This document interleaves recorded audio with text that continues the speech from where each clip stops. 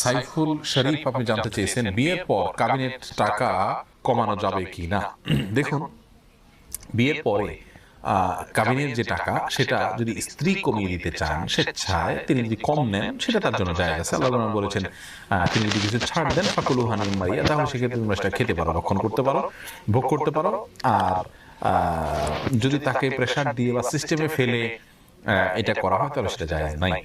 আর উভয় পক্ষ মানে একে অন্যের সাথে বোঝাপড়া করে কমানো এটাও জায়েজ নাই, এটা মেয়ের অধিকার। বিয়ের পরে চুক্তি হয়ে গেলে এরপর আর উভয় পক্ষের এখানে কিচ্ছু নাই। মেয়ে যদি নিজে থেকে স্বেচ্ছায় খুশি হয়ে ছাড় দেন সেটা তার ব্যাপার সম্পূর্ণ। এমডি ইসমাইল জানতে চেয়েছেন, মা নামাজ পড়া অবস্থায় আছেন, হঠাৎ তার যুবক ছেলে তার সামনে পড়ে গেছে, মায়ের কি নামাজ হবে? হবে, কোনো অসুবিধা নেই। যুবক ছেলে সামনে পড়লে যে নামাজ হবে না এমন কোনো কথা নেই।